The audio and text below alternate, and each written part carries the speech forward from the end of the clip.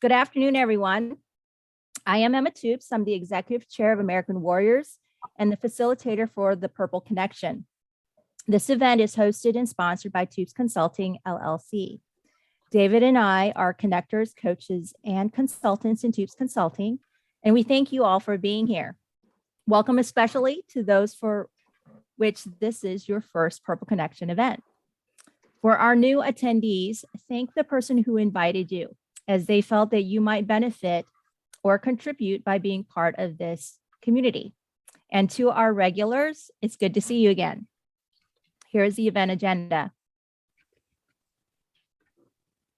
I'll start with an introduction to American Warriors and the Purple Connection, and then introduce our educational networking program. We'll have 3 organizational representatives, a veteran entrepreneur, a military support nonprofit or community organization, a military-friendly company, and after their remarks, we'll have a Q&A period. After the Q&A, there will be a transition tips presentation, and then some ways to get more involved, and some information for upcoming events next month, and a wrap-up. So the first thing, an introduction to American Warriors and the Purple Connection. American Warriors is a special interest group of the ACA Business Club, which is a private club with the philosophy that business flows out of relationships. People do business with those that they know, like, and trust. Thus, members are committed to creating solid connections by learning and practicing the fundamentals of strategic networking and relationship building. American Warriors then are club members who have an affinity with or support those who have served our country in military or public service. The mission statement for American Warriors is provide educational and networking opportunities for patriotic citizens who are leaders in business and support the transition into private and public sector business business for active duty service members and first responders. The Purple Connection is one vehicle that the American Warriors fulfills its mission.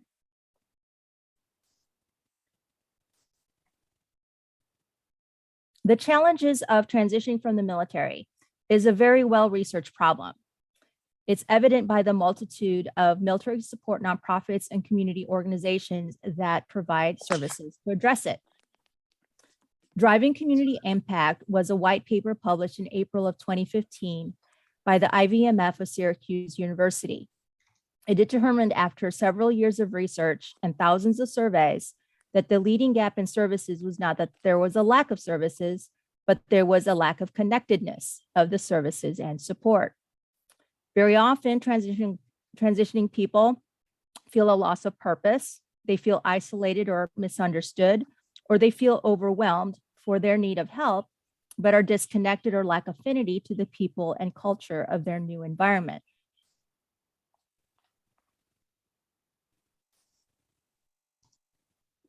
So how do you solve it? You create a partnership of stakeholders who have a common goal for supporting American Warriors. The Purple Connection is a community of partnered stakeholders with a common focus of service, support, and care so that we can effectively address the challenges of transition. So what's up with the name? There's actually 2 reasons for it. In government jargon, the color for joint is purple.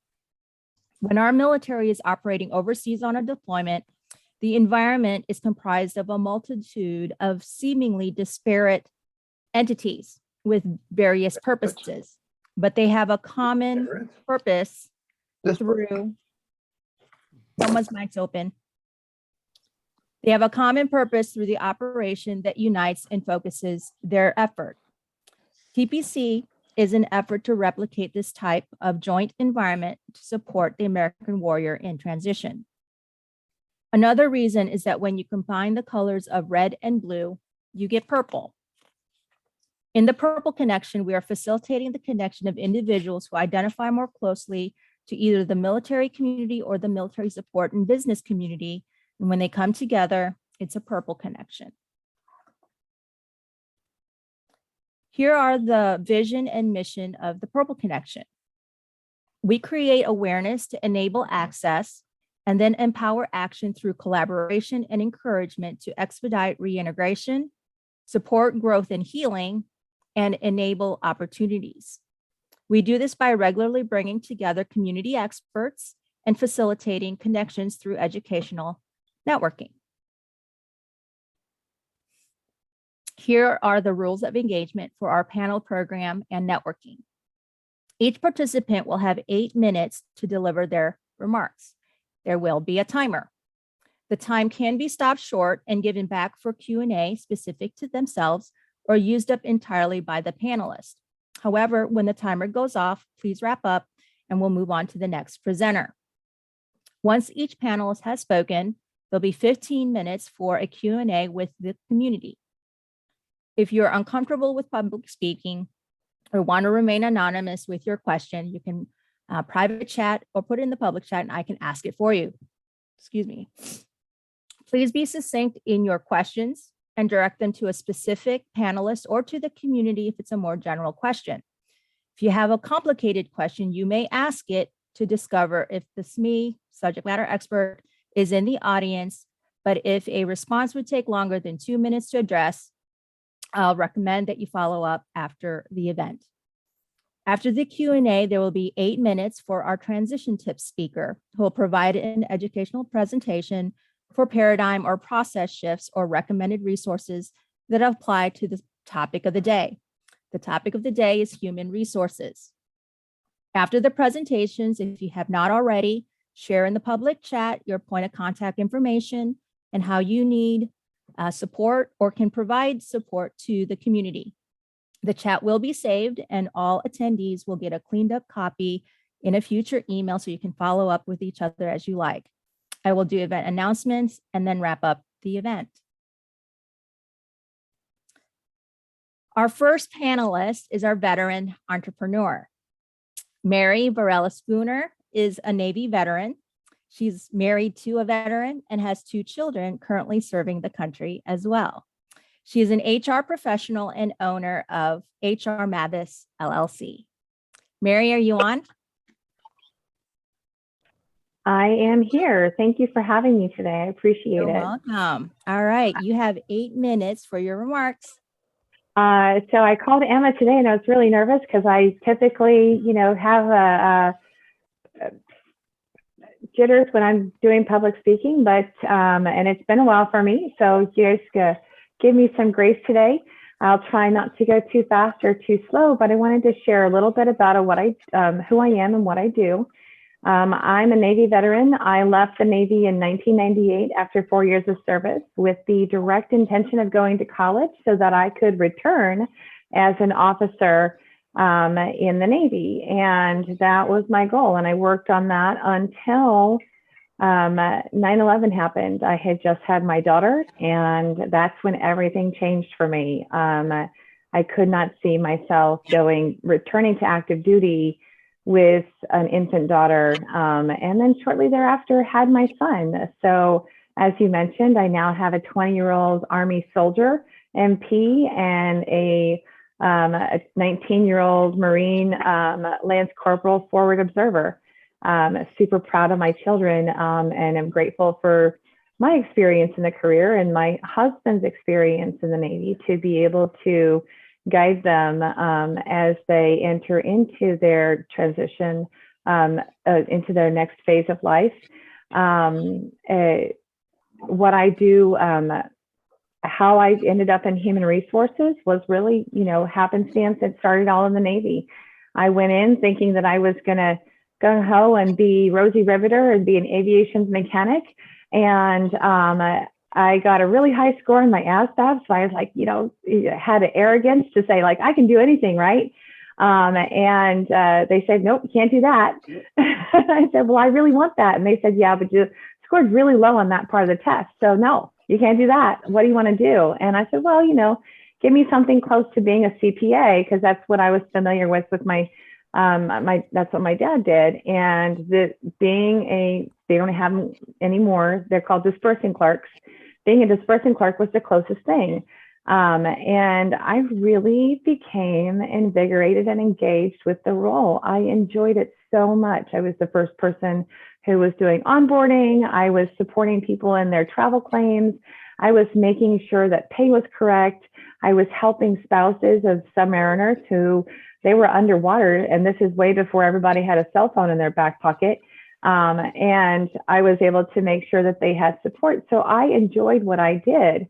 As I mentioned, after 9/11, I was trying to figure out, oh gosh, I don't want to go back active duty after I graduate from college. So what do I want to do? And in 2007, I decided that I was going to return to human resources and began my graduate degree at University of Mary Washington in the Stafford, Fredericksburg area, and focused on developing my career in civilian human resources. And what a dynamic shift from military to civilian, and understanding what it meant to be the difference between the two. So over the course of the last 12 years, I've really honed all of my skills to be able to touch every single aspect of human resources. And I love my career. Employee relations, contract negotiations, supporting workers' compensation, information systems selections and implementation, recruiting. And at the outset of COVID, I had just gotten a new job that a company created for me.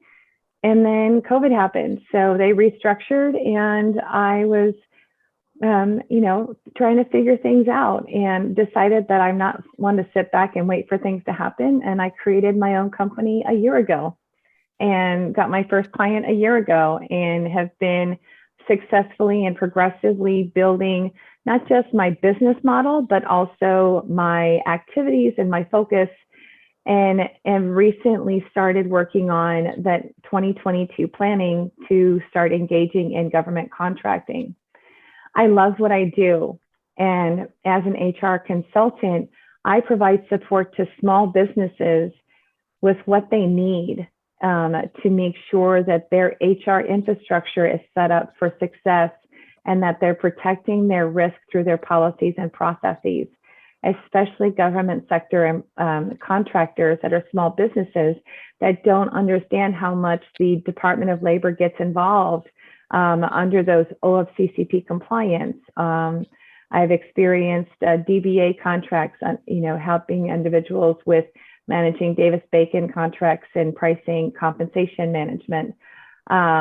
And really, the devil's in the details when it comes to human resources, because the compliance piece is something as simple as regularly skipping the employment start date on the I-9 can be considered pervasive. And so the Department of Labor comes in and says, with the immigration services, and says, you're going to be dinged for this. And because we can continually see the same mistakes, the fines that we can charge are up to $2,200 per I-9. So we're going to charge the maximum. Or, you know what, I see that you did this plan of correction and you worked it out, and you were able to engage with someone like myself, and you fixed the errors, and I'm not going to ding you in.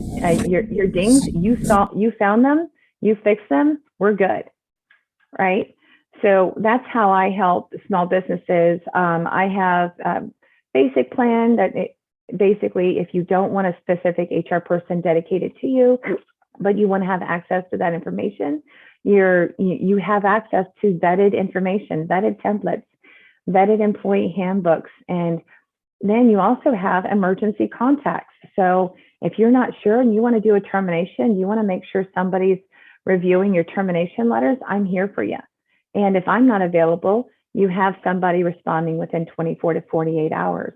And then I go fully into fractional HR services, where based off of a retainer of so many hours per month, we can decide what you need. And if you want to change the menu of services as you go along, you're free to, because that's the product that I provide. And I do one-off projects where leadership development, getting that started, coaching, guiding, and advising individuals on the performance review process, establishing, engagement letters, engagement agreements with individuals.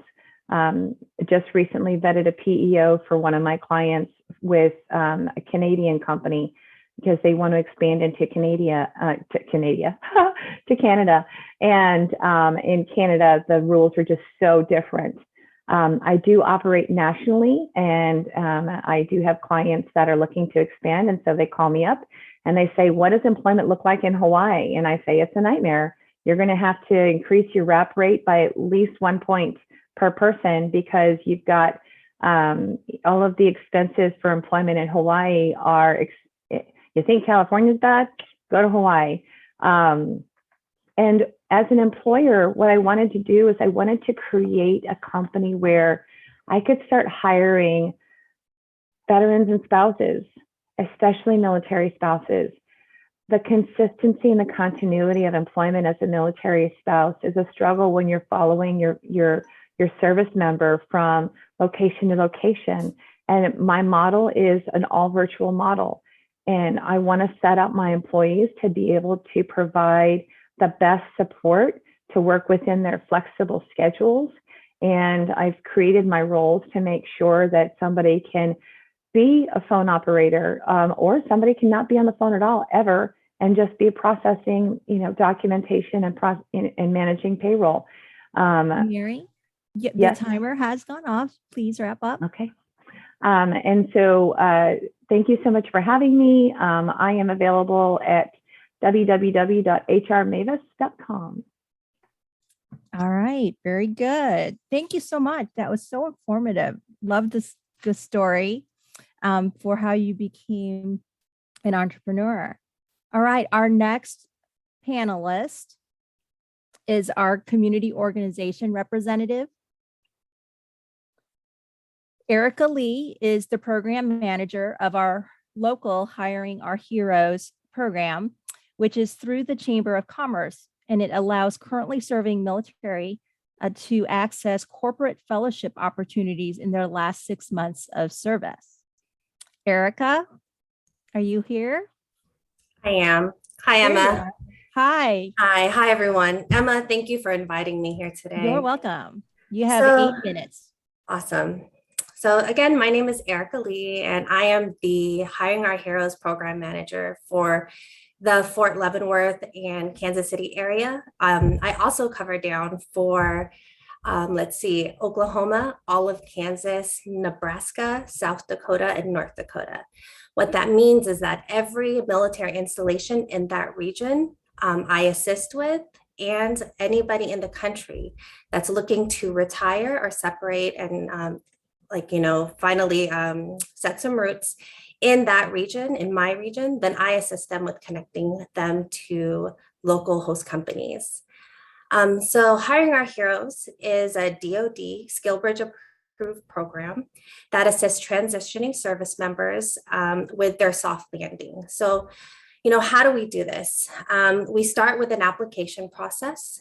We have 3 cohorts a year, and we release our resumes to all of the local and national host companies, and they will interview and make a decision on who they want to hire. At that point, they will offer a fellowship for each of my candidates if they have the headcount to do so. The great thing is it's an 11-week program with the host company at no cost to them while the service member is still on active duty. Let's see, what else can I tell you about my program? Let's see. Oh, okay, here we go. The hiring rate. So the hiring rate in 2020 is 86%. Keep in mind, the individuals that typically don't land full-time employment, many times it's because they've chosen not to accept full-time employment. So it's the selection rate for the individuals who do the fellowship with their host company is very high. So also for 2020, the average salary is $93,000. That is for the entire country. Keep in mind that number also includes the National Capital Region, California, and other more expensive places to live like Seattle.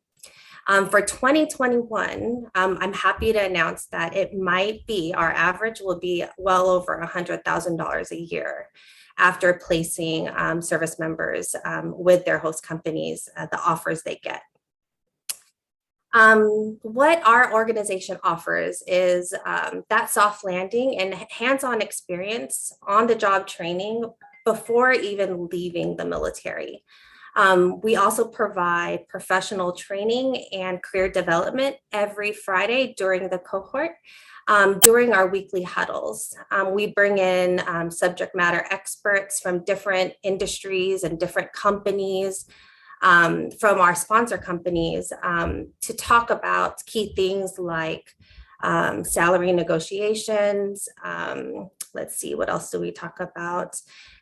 Personal branding, and what's another big topic that everybody likes to talk about? They always like to talk about salary negotiations, and interviewing in your 30-second elevator speech. We also offer our candidate or our fellows one free course through Simply Learn. So a lot of our candidates are very interested in Lean Six Sigma, yellow or black belts, PMP, Scrum, a lot of these certifications that are very popular and are very in demand. We offer the educational portion for free as a benefit of being a fellow, but we do not pay for the actual exam. And I wanted to also talk about our two other programs that are very, I think are great, because we partner with Salesforce, and Salesforce, that program is available for veterans, transitioning service members, and military spouses. It is a 100% remote position or fellowship, where Salesforce will pay for all of the training leading up to the fellowship, and there is no degree requirement. The average salary for Salesforce is $87,500, and the selection rate is almost 100% so far. The other one we just released is Career Forward with Google. This is also available to service members, or veterans, transitioning service members, military spouses, and active duty service members. The reason why I'm very excited about that is because as active duty service members, you're able to take advantage of the Google training while you're a service member, and you don't have to be 180 days from retirement, and you're able to make yourself and train up to be more competitive leading up to retirement. So you're not scrambling at the last minute trying to pass a PMP exam or trying to pass a Lean Six Sigma exam. You can potentially start 3-4 years prior to your separation date or retirement date, to help yourself be more marketable and competitive once you hit that point to when you want to retire. I think that's pretty much it for my program. I wanted to get through it really quickly so I can answer any questions from the group, if anyone has any at this time. Okay, you have about 2 minutes left in your 8. I do have a question. Sure. You mentioned retiring and separating kind of in the same sentence several times. What is the eligibility criteria and time in service for the program? So there's no requirement in time and service. The only requirement is a bachelor's degree. But if you don't have a bachelor's degree, you have to have 5 years of leadership experience. So it's one or the other. So if you have 3 years in the military, but have a bachelor's degree, 100% eligible. So I hope that answers your question. Anybody else? Hi, I'll Erica. ask it. Hi. I'm sorry. I've got a question. Sure. So what's the most amount of time that they're going to allow for that soldier to go into that fellowship? Because I have a friend and he said that he's almost got 6 months. That's how long he's going to almost separate early. Is that really what's happening? You mean as far as leave? He has 6 months of leave. No, he said that it's going to be like 6 months total where he's going to be leaving the military early. So it might be some leave, but is it 11 weeks that they're going to be training, or is it even longer? So my program is a 12-week program. So I'm not sure like the individual situation. You're more than Okay. welcome to share my information with him so that I can kind of deep dive into his particular situation and see how we can, like, one, assist him, or two, send him to the right program manager. If he is on terminal leave, he can participate. As long as he's within 180 days of his separation date, whatever that date is, subtract 180 days from that day. As long as he's within that time frame, he is eligible for the program. He can apply. Just one other quick question. What are the responsibilities of that soldier to the military once they're under that program? Chris, Do they have to sign in? Do they have to wear the Chris, uniform all the time? we're going to have a Q&A period after our third panelist, and let's have Erica respond to that question then. Okay. Okay. All right. Very good. Thank you, Erica. Very informative. Our next speaker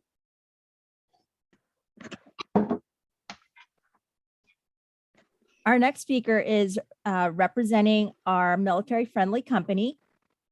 John Buckley is a retired Army colonel who is the Outreach Strategies Manager for Koch Industries Incorporated. He is an expert in recruiting military talent and provides guidance to companies as well as military individuals for how to better achieve success for recruiting talent or for approaching career opportunities. All right, John, you're up. Thank you, Emma. I appreciate the opportunity, and good afternoon, everyone. Real quickly, so I retired out of Fort Leavenworth, Kansas after 30 years as an infantryman. My resume was real simple: break things and kill people. And it didn't work very well. As a matter of fact, to be completely honest, I applied 155 times for non-government type jobs, and I got really no answer whatsoever. And I probably doubled that in the sense of the government sector that I applied for. And it wasn't until I did a deep dive into why I was having troubles that I finally determined some of the challenges that I was having. And I was really fortunate then to land the opportunity with Koch Industries, and literally given a blank sheet of paper and said, hey, go create this program. And so I used my own lessons. And now, after doing this for almost 8 years, continue to do analysis and deep dives as to why military veterans are having a hard time, and military spouses and Guard and reservists having a hard time with this thing we call transition, or applying and going through the selection process. So I hope to lay some of those solutions out to you, but you may be asking, why Koch Industries? One of the reasons I selected Koch Industries is because I saw that it was a big company and it was going to grow, and it wasn't going anywhere in the sense of, closing any of its doors. And I've been very happy with that. As a matter of fact, what began as a small engineering firm in America's heartland has now grown to be the world's largest private company, and now the longest existing private company in the United States. We have 122,000 employees in 70 countries, 62,000 here in the United States, 30 billion in technology related investments, and 90% of the earnings are reinvested back in the company. But what really attracted me was its vision, which is focused on the customer, and the application of that vision, which extends that focus to the employee. So if you focus on the customer and really provide products and services that they value more highly than the alternative, and you focus on the employee and help them self-actualize, everything's going to take care of itself. And so that vision is really amplified by our guiding principles. There are 8 guiding principles. I won't go through each one of them, but the thing that I really noted when I studied them was that they are perfectly aligned with the military values. And as I said, it really enables the employee to focus on satisfying the customer and self-actualizing, and people are rewarded for achieving that. Now, the thing that I'd like to note is, based on the variety of companies that make up Koch Industries, There isn't anything that you do in a day, whether at work or at home, that you don't touch that wasn't produced by a Koch company. And we're everywhere. The products and components that make your job easier are made by the people of Koch. TV components, microwave door glass, medical devices, smartphone components, drywall, corrugated packaging. So if you receive an Amazon package, that box or that envelope is probably made by one of our companies. Connected bathrooms all over the world, indoor sensor systems. We manage supply chain and logistics as well. At home, we are from between the roof and the floor. We're honored to make parts and products at home: shower glass, toilet paper, fiberglass, pillows, clothing, water bottles, tablets, remotes, smartphones. We created the HDMI cable, paper cups and towels, and so on and so forth. So all that translates to, we have an 85% match of our careers to those of the military. 85% that are very simply translated into our careers. Now, we tend to focus in the military veteran space on what I call the sweet spot. And that's where our skills and experiences in the military really lend themselves to a very simple transition: engineering, information technology, supply chain, maintenance skilled trades, operations, environmental health and safety, business, and believe it or not, accounting and finance. Now, our hiring process is very common. It's not unlike many other companies. However, we do prefer the hands-on approach. So although we use an applicant tracking system, there's only one point in the entire process where we rely on the high-tech part of that, and that's when you apply. The system validates that you've met the basic requirements. Other than that, everything else is human interaction. So obviously, it's driven by the job description. Candidate applies, the applicant tracking system validates your qualification. After that, it's, the recruiter reviews the resume, potentially screens the applicant, hiring manager makes a decision to bring in somebody for an interview, an offer is made, negotiation is completed, then it's followed by an onboarding process. Now, what's uncommon, and what is something that I'd like to make note of, is that we have a military recruiting team in place that is uncommon. It's pretty much unmatched. There are a lot of companies who have folks that do some of the things that we do, but not everything. So before the application is even submitted, we will reach out and we will begin to coach and mentor the military veteran. And when I say military veteran, we're talking folks who are actively serving in the Guard and Reserves, those who are still in the transition window, military spouses, and in some cases, friends and families of military veterans. We will review the resume before the application is submitted and even give some constructive criticism on ways to improve that resume for the specific job. We consider ourselves matchmakers. So after that job is selected, we'll introduce that candidate to the recruiter, and hopefully that introduction will help them move through the first stages of the process. And then we'll help coach, teach, and mentor through every interview. We will even coach folks through the negotiation process. After they get hired, we will help them through the onboarding process and assign another veteran mentor after they've been hired. We try to get them through 18 months before we reach out and say, hey, how would you like to help? We include our military veterans in shaping some job descriptions, joining us on military recruiting events, to help with the coaching and mentoring, to help with the onboarding, and so on and so forth. So if you really want to look at somebody who is a good candidate to come to Koch Industries, it is someone who is humble, somebody who has some skills that are relevant, but more importantly, have the values that align with what we've laid out in our guiding principles. Those two things are what's going to help you get an employed opportunity here at Koch Industries. Certainly, there is a requirement to meet the basic requirements, but again, everything after that initial screening is going to be focusing more on the values or the virtues of that individual. And then, as I said, I'm going to kind of conclude with this. Why Koch? The reason I came to Koch was the culture. And the reason that I stay with Koch Industries is because of its culture. It is based on trust. It is based on a goal and a mission to satisfy the customer, not to shove a product down the customer's throat, but to satisfy that customer. and ultimately to coach, teach, and mentor every employee to help them self-actualize. And as a private company, we have the opportunity to do that. And then finally, is because Koch Industries truly appreciates the extras that a military veteran employee brings to the team. Again, whether that is somebody who was recently transitioned, somebody who's just transitioned from another job, somebody who is currently serving in the Guard and Reserves, and or military spouses.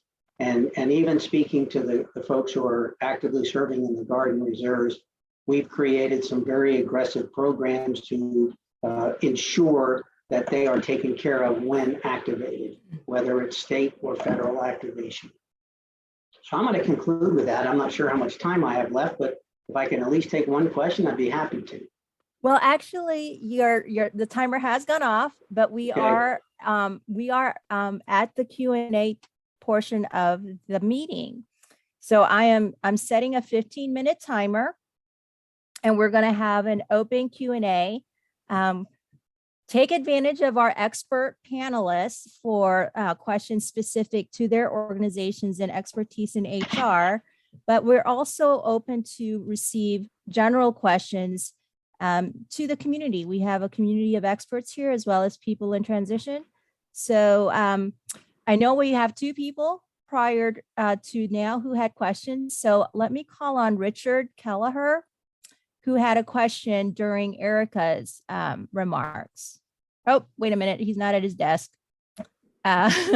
So Chris had a question. Chris, why don't you ask your question again, and then Erica can respond.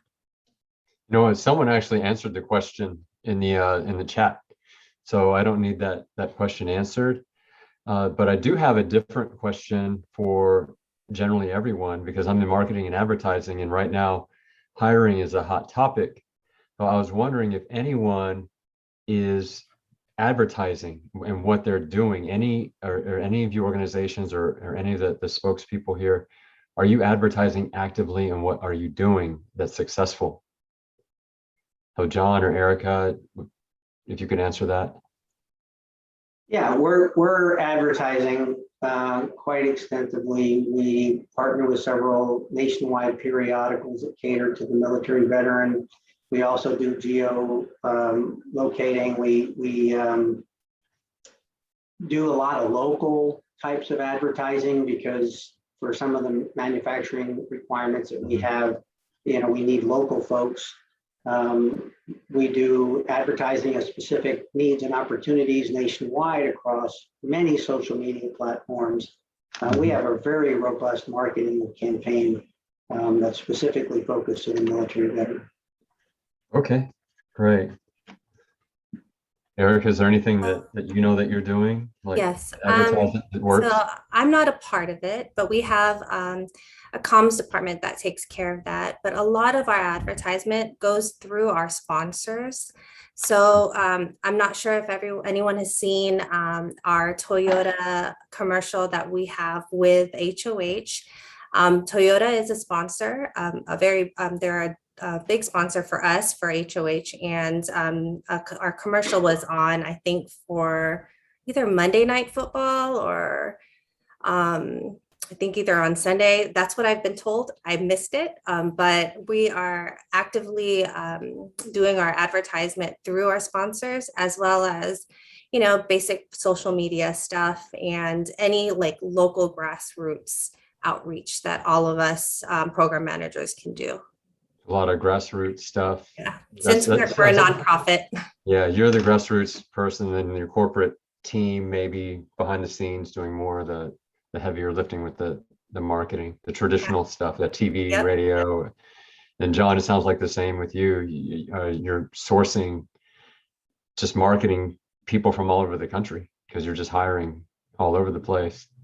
All right, that's very interesting.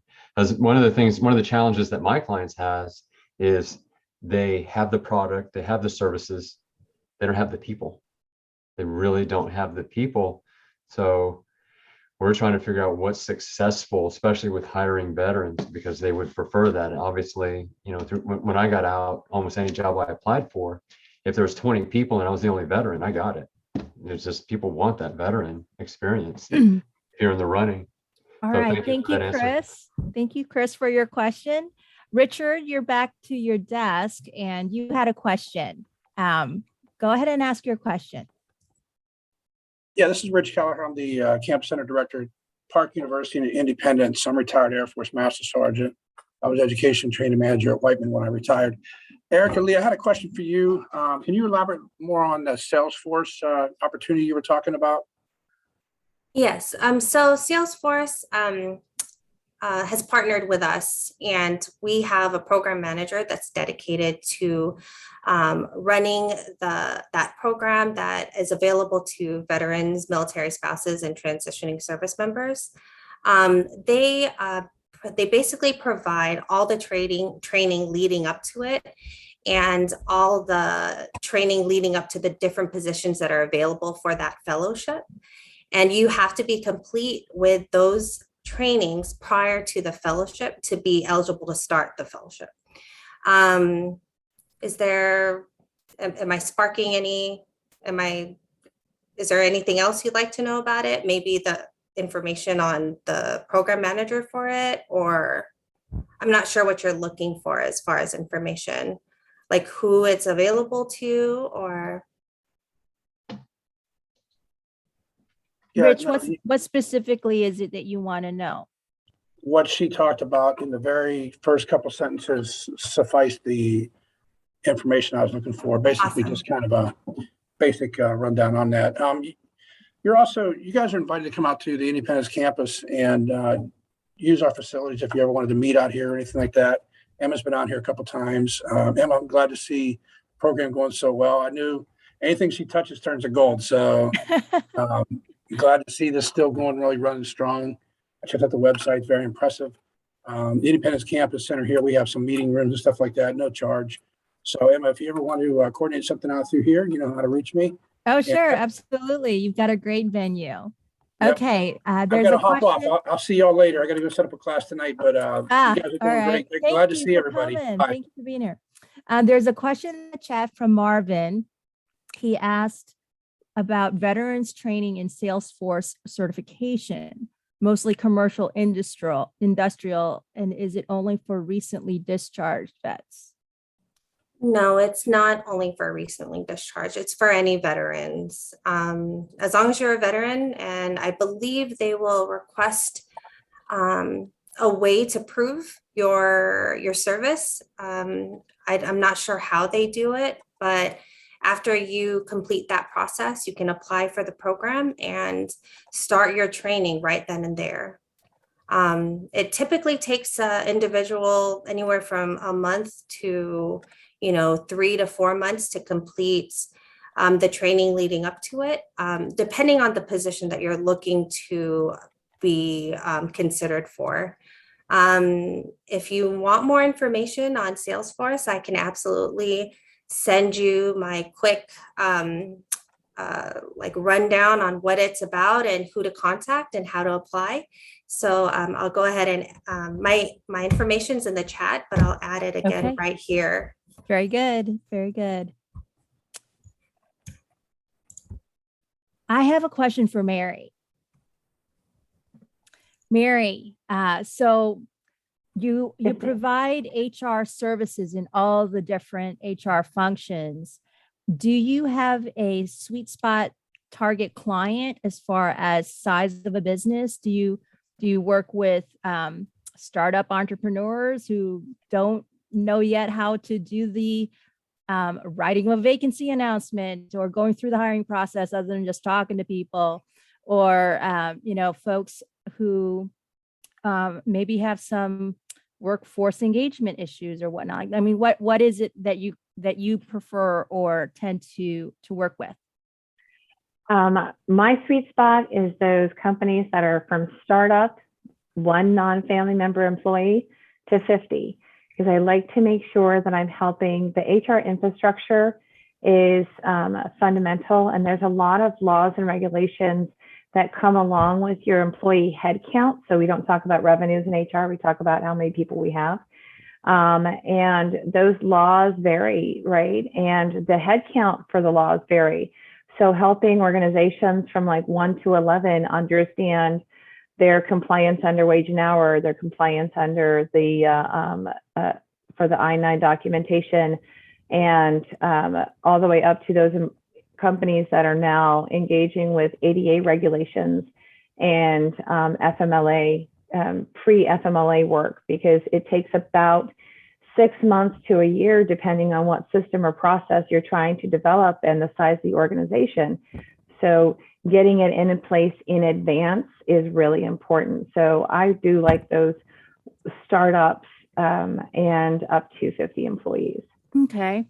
Follow up to what you said with the infrastructure, if there is actual equipment, systems, or software that they need to consider purchasing, do you have partners, or do you just make kind of recommendations for off-the-shelf commercial products to support the system and processes that they need to have in place?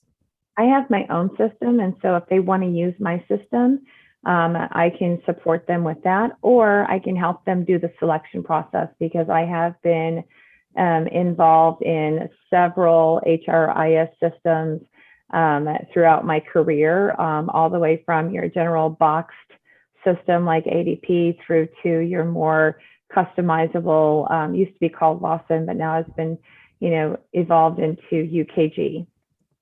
Okay, very good. We have a question from Ellie for John.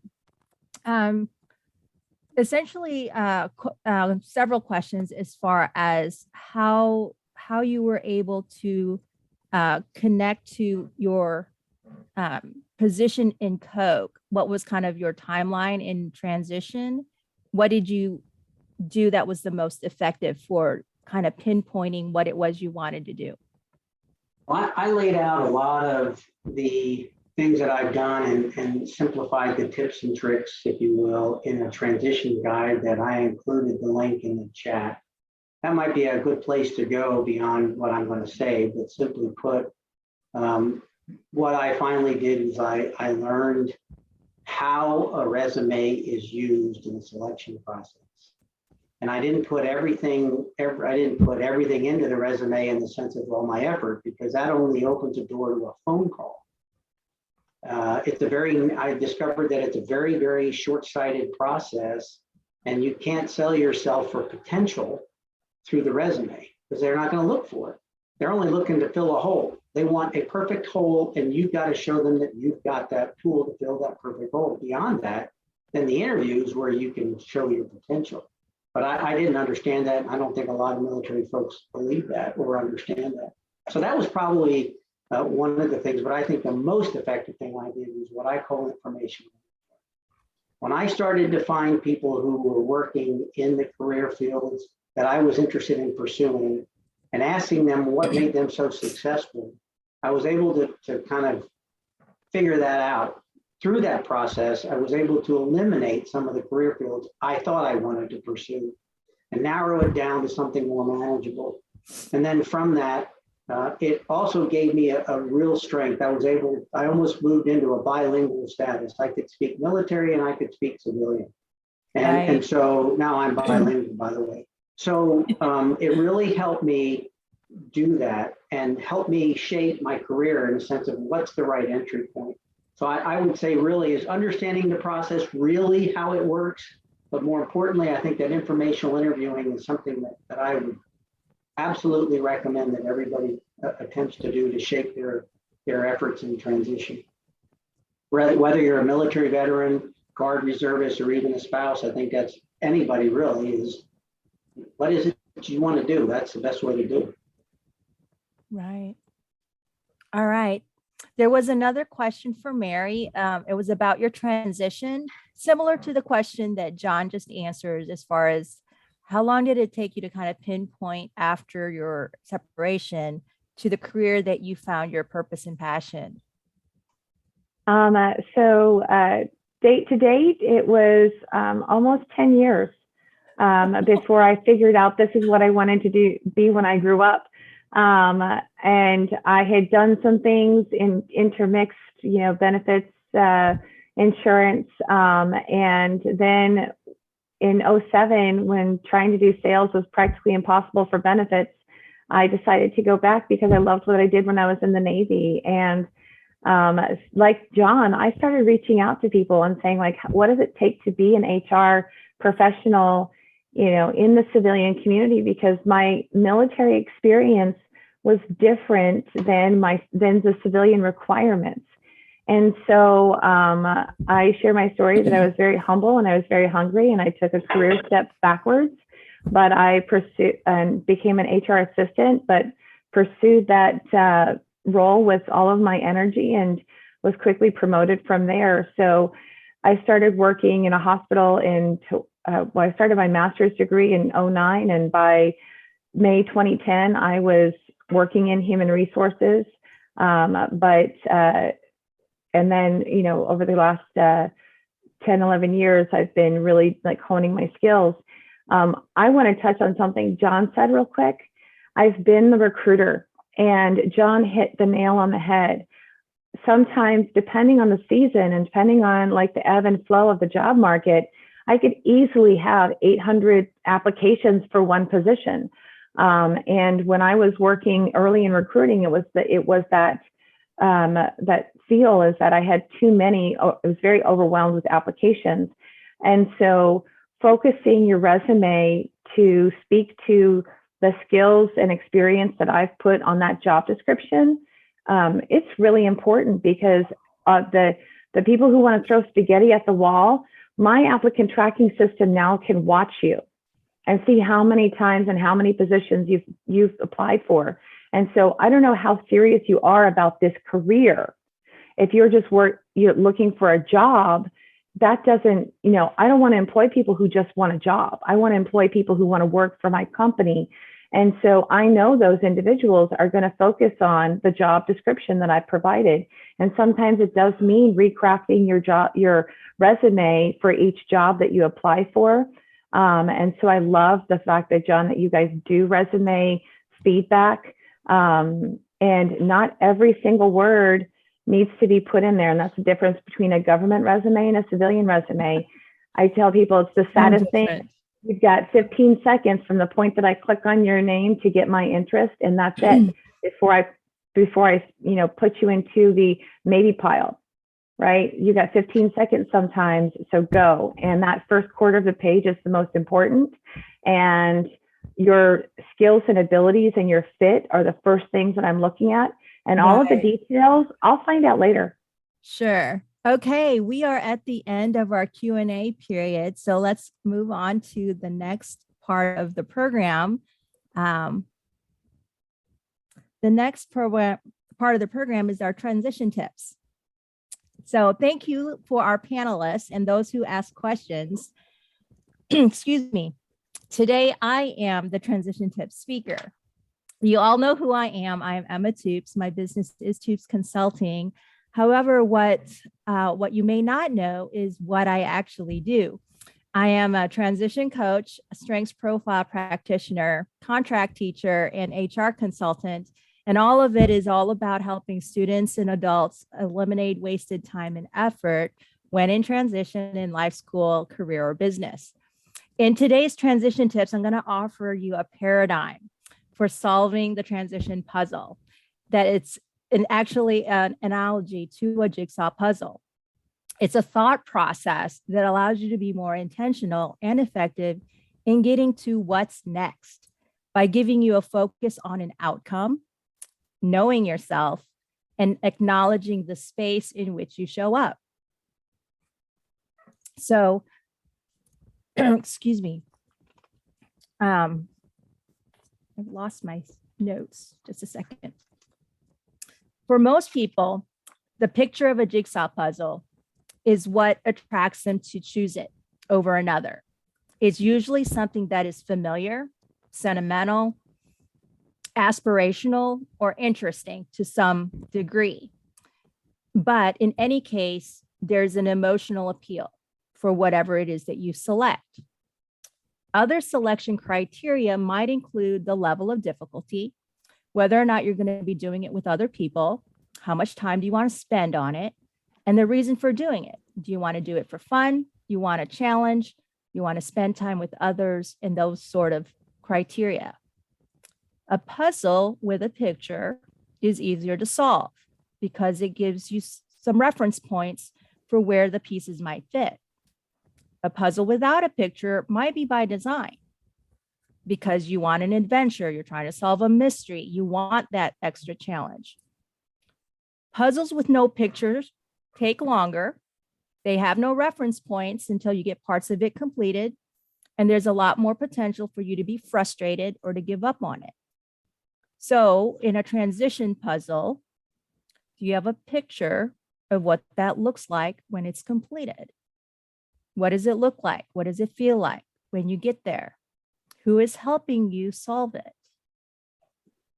So with a jigsaw puzzle, this analogy, this paradigm, you want to define the edges. When you're starting out with a jigsaw puzzle, it don't look like anything when you get it out on the table, but you know something of it because of the picture. So what do you do to start? You start sorting out the pieces by color. You start sorting out the edges because you know where these might belong in the picture. You literally create a frame with the edge pieces, and you know then that the rest of the pieces all fit inside of it.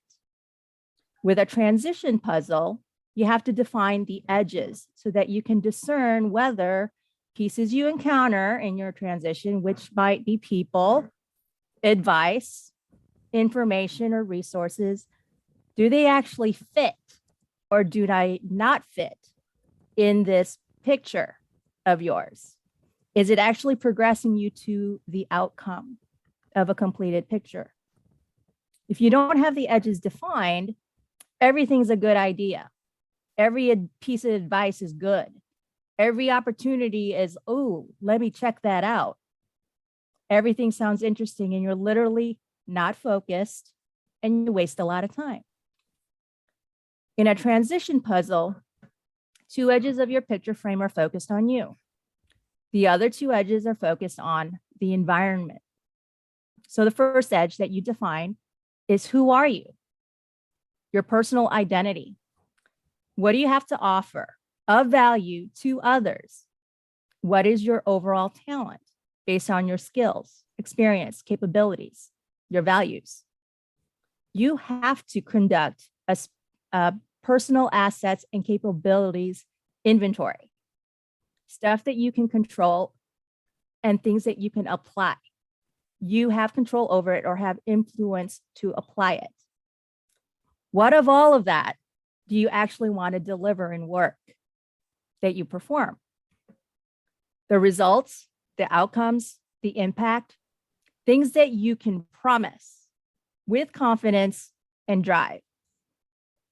What do you want people to know about you and understand of you? Of the work performed, results or outcomes achieved, or the character that you want to portray. How well you have this edge defined will determine your level of confidence in how you show up. If you're undecided, you're uncertain, you don't have confidence, how well are you communicating to other people who don't already know you? And are you communicating well in the various vehicles of communication that they might encounter you? Because that could be in person, could be online, could be on paper. The second edge is your why. Why do you want to deliver that kind of work? For that outcome, for that result, for that impact. That why needs to be an emotional purpose. Otherwise, it's not going to continue to drive you when things go awry, when things literally are shitty. They don't go as you planned. That why needs to be continuing to drive you. Does it give you energy? Is it something that you're passionate about? Is it one of your core values and it's a non-negotiable? The third edge is the environment. Where is the space where you're going to show up, take action, be observed, and get assessed? You want to consider geography. So literally an address, spot on the ground, but also the space as far as industry. What are the rules and culture for that space? Is it government, academia, corporate America, public service, nonprofit? Each of those spaces have different values, beliefs, and those things are the basis for the culture and rules. What are the expectations for that space? And how are you showing up in it? Are you showing up in it with the expectations of the current environment or within expectations of your own mind based on where you've been, where you already are, but not where you're going? Life happens not in your head. It happens in the space you show up in. The fourth edge are the routines. Routines are the behaviors within that space which are common to everyone, and they align with the rules and culture of that space. Things that are routine are not things that people necessarily are putting a lot of thought to because they're routine. Those things get done. It's the hey yous and the oh shits that occupy your brain power. But if you're not used to the routines, you're thinking about the routines as well as those things that are not routine. So you're literally not at full capacity because the things that are routine aren't routine for you at first. How are you learning what the routines are within those various environments if you've never been there before? That's where informational interviews and talking to other people who already are in those spaces is so crucial and critical. Are the routines that you are learning about abrasive or conducive to your values and your expectations for how you want to show up? Are you willing to learn or accommodate and get more comfortable with the routine? If what you find out about the routines are not what you're willing to accept, you need to just say no to that opportunity. Don't go there. So to recap on the elements of the transition puzzle, you need to identify a forward-focused picture. What's it supposed to sort of look like when you get there? Be aware of your identity and purpose, acknowledge and show up accordingly within the environment and the expected routines within it. Remember, when you lack confidence or courage in yourself, that's when you need help from other people. Other people can help you define a new identity and purpose. When you have a well-defined identity and purpose, you regain confidence, energy, and drive. And it's those things that allow you to show up well, wherever you are. You can hope, wish, dream, fantasize, want, or need that picture, but life doesn't happen in your head. It happens in the space when you show up. So allow us in the Purple Connection community to help you with whatever of these 5 elements of the transition puzzle you might be challenged with. You can contact me and we will move on to the next part of the program. Thank you. Okay, so the next part is just to start wrapping up the event. You can become more involved by becoming an American Warrior. The American Warriors Club is becoming a member. There's access to over 20 interest groups by being a member of the club. American Warriors is only one of them. You can join a business development team. You have access to all of the various organized and sponsored events of the club. And you have access to the club directory for all members of the club wherever they happen to be.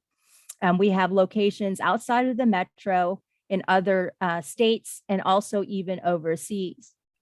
There's virtual and live networking and learning opportunities every single week and leadership opportunities at various levels based on what you're willing to step up to. The Purple Connection and Strengths Profile workshops are things that are hosted and sponsored by Toops Consulting. American Warriors are always invited to participate in those things, as well as their guests. The American Warriors Discussion Group, Social, and the Guest Speaker Program are periodic events as well. And we have opportunities to step up into leadership for the American Warriors with club and executive committees.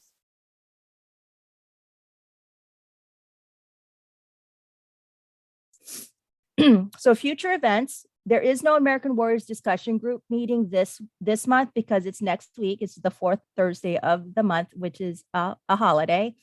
The Intro to Strings Profile Workshop is now on demand. It can be in person or Zoom. If you as an individual or a group that you are part of would like to learn a little bit more about the strengths profile and take the assessment, just let me know and I will do it on demand. And the Purple Connection, which is this event, is every third Thursday. It's a virtual event and will remain a virtual event.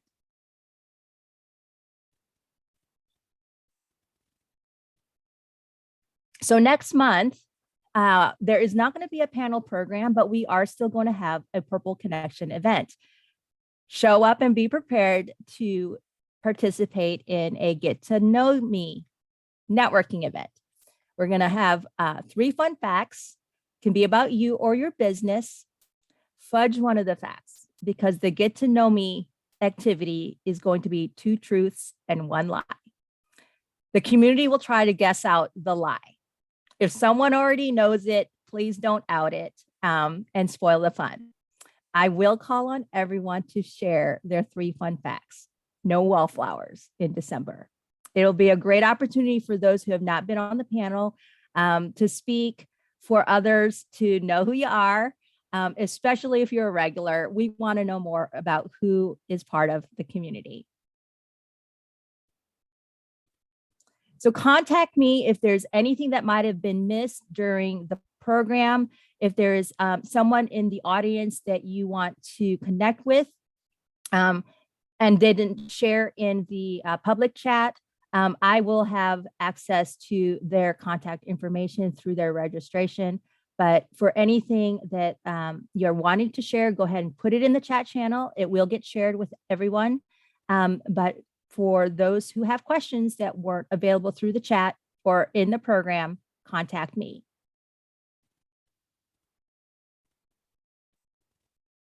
All right, this is the last slide. Thank you everyone for participating. I really, really appreciate that you were here. Have a good holiday next week. Be safe if you are traveling, and I will see you all in December. Thank you. Have a good evening. You too. Thanks, Emma. Bye. Thank you. Bye.